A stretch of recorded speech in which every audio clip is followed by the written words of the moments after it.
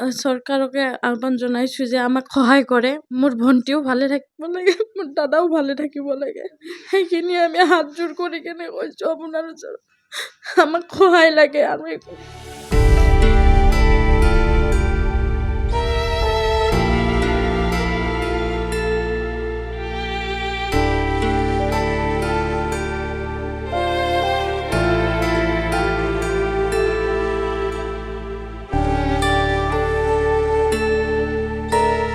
তোমাৰ বয়স কিমানে? এই 23-24 মান হৈছে ন? 28।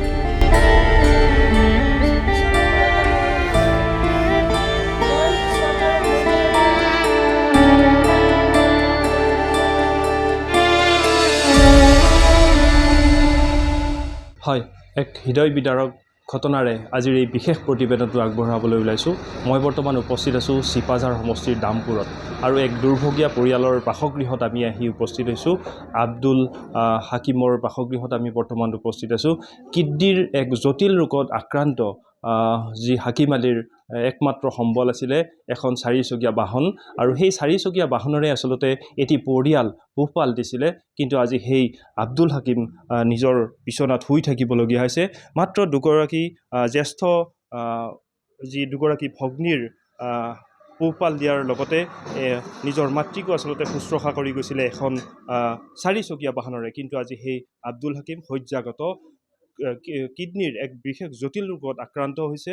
ইতিমধ্যে আমি জানিব পাৰিছোঁ যে তেখেতক অতি সোনকালেই আচলতে কিডনীৰ ট্ৰেন্সপ্লান্টৰ যি কথা বৰ্তমান চলি আছে, আৰু গোটেইখিনি কথা আমি জানিবৰ কাৰণে পৰিয়ালৰ বাসগৃহত যিহেতু আছোঁ, আপোনাৰ ওচৰলৈ আহিছোঁ যে গোটেই কথাখিনি কেনেকুৱা হৈছে আমি অকণমান আপোনাৰ পৰা জানিব বিচাৰিছোঁ। হয়, নমস্কাৰ, মোৰ নাম সঞ্জীমা বেগম, মই আব্দুল হাকিমৰ ভনীয়েক হয়। মোৰ দাদাৰ আজি প্ৰায় 5 মাহমানৰ পৰা এই ৰোগটোত ভুগি আছে। আমাৰ হাতত টকা পইচা খুবেই কম, আমি ডায়েলিচিছ প্ৰক্ৰিয়া বৰ্তমানলৈকে চলি আছে। আমাৰ টকা পইচাৰ কাৰণে আমি এইখিনি অৱস্থা আহি পৰিছোঁ। আমাৰ আব্বাৰ নাই, যিহেতু টকা পইচা আমাৰ নাই। আমাৰ আব্বা কিডনী পেচেণ্ট আছিলে, আমাৰ আব্বা কেঞ্চাৰ পেচেণ্ট আছিলে। আমাৰ আব্বাৰ যিটো কেঞ্চাৰ ভুগিছিল আমাৰ আব্বাই, সেইটোত আমাৰ টকা পইচা যথেষ্ট গৈছে। আমাৰ যিমান মাটি জমি আছিল তাত আমাৰ আব্বাৰ লগতে গৈছে, আৰু মা আছে যদিও নাই। আমাৰ মা হৈছে মানসিক ৰোগী, মানসিক বেমাৰত ভুগি আছে।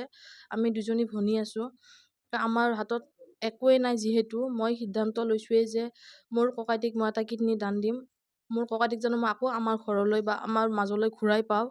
মোৰ এইখিনিয়ে অনুৰোধ চৰকাৰলৈ, মই এইখিনিয়ে অনুৰোধ জনাইছোঁ। ডক্টৰ হিমন্ত বিশ্ব শৰ্মা ছাৰলৈ মই এইটো অনুৰোধ জনাইছোঁ যে ছাৰ, আমাৰ পৰিয়াললৈকে আপুনি এইটো নিশ্চয় আমাৰ পৰিয়ালটো জানো আমি আকৌ আগৰ নিচিনা সুখৰ নিচিনা উঠাব পাৰোঁ, সুখৰ পৰিয়াল হৈ উঠিব পাৰোঁ। মোৰ এইখিনিয়ে ক'ব লগা আছে আপোনাৰ ওচৰত। আপুনি প্লিজ আমাৰ নিউজটো চাই আমাক যিখিনি আৰ্থিক অৱস্থা আমি দুৰ্বলতাত ভুগি আছোঁ, আপুনি জানো সেইখিনি সহায় কৰি আমাৰ মাজত আমাৰ ককাইটিক ঘূৰাই দিয়ে। অতি হৃদয় বিদাৰক ক'ব লাগিব। নিজৰ ভগ্নীয়ে আচলতে নিজৰ ককায়েকক কিডনী দান কৰিবলৈ ওলাইছে। ইতিমধ্যে পৰিয়ালটো যি আৰ্থিক সংকটত পৰিছে, কিয়নো ক'ব লাগিব গোটেই যি পৰিয়ালটোৰ যি আৰ্থিক সংকট, সেই বিভিন্ন আচলতে গোটেইখিনি কথা পাতিবৰ কাৰণে আপোনাৰ ওচৰলৈ আহিছোঁ। এতিয়া আপোনালোক আৰ্থিক সংকটত পৰিছে, যথেষ্ট অসুবিধা হৈছে। যথেষ্ট অসুবিধা কেনেকৈ হৈছে। এতিয়া আপোনালোক আগবাঢ়িব এই গোটেই কথাখিনি? এতিয়া আমি চৰকাৰকে আহ্বান জনাইছোঁ যে আমাক সহায় কৰে। মোৰ ভণ্টিও ভালে থাকিব লাগে, মোৰ দাদাও ভালে থাকিব লাগে। সেইখিনি আমি হাতযোৰ কৰি কেনে কৈছোঁ আপোনাৰ ওচৰত, আমাক সহায় লাগে আৰু একো। এয়া হৈছে ঘৰৰ পৰিয়ালৰ বিননি। ওচৰ চুবুৰীয়া আছে, আপোনাৰ ওচৰলৈ আহিছোঁ।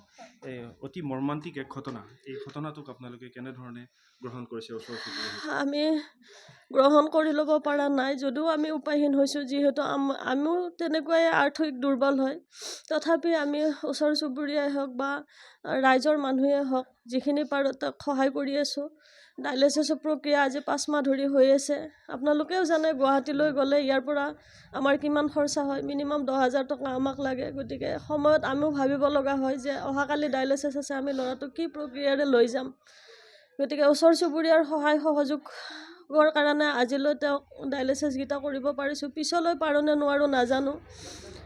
মই চৰকাৰক মোৰ ফালৰ পৰা এটাই অনুৰোধ জনাম, মুখ্যমন্ত্ৰী ডাঙৰীয়া, ল'ৰাটো বহুত ভাল ল'ৰা আছিল, ঘৰৰ নহয়, তেওঁ গাঁওখনৰে বহুত মৰমৰ আছিল। গতিকে তেওঁ এতিয়া বিচনাত পৰি থাকিবলগীয়া হৈছে আৰ্থিক দুৰ্বল কাৰণে।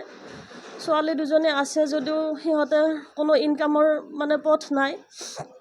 এতিয়া ইনকামৰ পথ এটাই আছিল ল'ৰাজন, গতিকে তেওঁ এতিয়া যেতিয়া বিচনাত থাকিবলগীয়া হৈছে, ঘৰখনৰ মানে বহুত অসুবিধাৰ সন্মুখীন হ'বলগীয়া হৈছে। মই মুখ্যমন্ত্ৰী মহোদয়ক এটাই অনুৰোধ কৰিছোঁ, মুখ্যমন্ত্ৰী ডাঙৰীয়া, আপুনি এই পৰিয়ালটোৰ মুখৰ ফালে এবাৰ চাওক। আপোনাক এই যিখিনি কথা বতৰা আমাৰ স্থানীয় বিধায়কগৰাকী যিহেতু আছে, আপোনালোকে এই বিষয়ে অৱগত কৰাইছে? নিশ্চয় কৰিছিলোঁ। কি কৈছে তেওঁ কি কৈছে? তেওঁ আমাৰ পৰা ডকুমেণ্টছখিনি বিচাৰিছিলে, ডকুমেণ্টছখিনি অলৰেডি আমি ছাবমিট কৰিছোঁ। কিন্তু তেওঁ যদি কিবা পাৰ্চনেলি তেওঁ কিবা মানে দায়িত্ব হাতত লৈছে, আমি এতিয়ালৈ গম পোৱা নাই বা আমি কোনো ধৰণৰ সঁহাৰি পোৱা নাই। আৰু তেওঁক ফোন যোগেও মই জনাইছোঁ। তেওঁ কৈছে হ'ব, মোৰ ফালৰ পৰা মই যিমানখিনি কৰিবলগীয়া কৰি দিম, কিন্তু হয়তো তেওঁ ক'ৰবাত ব্যস্ত আছে চাগে। নিশ্চিতভাৱে আমিও আশা ৰাখিছোঁ স্থানীয় যিগৰাকী বিধায়ক আছে, বিধায়কগৰাকীয়ে আচলতে এই ক্ষেত্ৰত এক গুৰুত্বপূৰ্ণ সিদ্ধান্ত ল'ব, কিয়নো যি পৰিয়ালটোলৈ যি অমানিশা নামি আহিছে, যি ঘোৰ অন্ধকাৰ আচলতে পৰিয়ালটোলৈ নামি আহিছে, আৰু নিজৰ ভগ্নীয়ে নিজৰ ককায়েকক এটি কিডনী দান কৰিবলৈ লৈছে, তাৰ পিছতে আচলতে পৰিয়ালটো কিছু আৰ্থিক সংকটত পৰা পৰিলক্ষিত হৈছে। আমিও আচলতে আশা ৰাখিছোঁ, জিলা প্ৰশাসন তথা চৰকাৰলৈ এটা আহ্বান জনাইছোঁ, পৰিয়ালটোলৈ কিছু আচলতে আৰ্থিক সহায়ৰ প্ৰয়োজন। এই পৰিয়ালটোক অকণমান হ'লেও যি সঁহাৰি, সেই সঁহাৰি যেন সকলোৱে আগবঢ়ায়, এয়াই আশা ৰাখিছোঁ।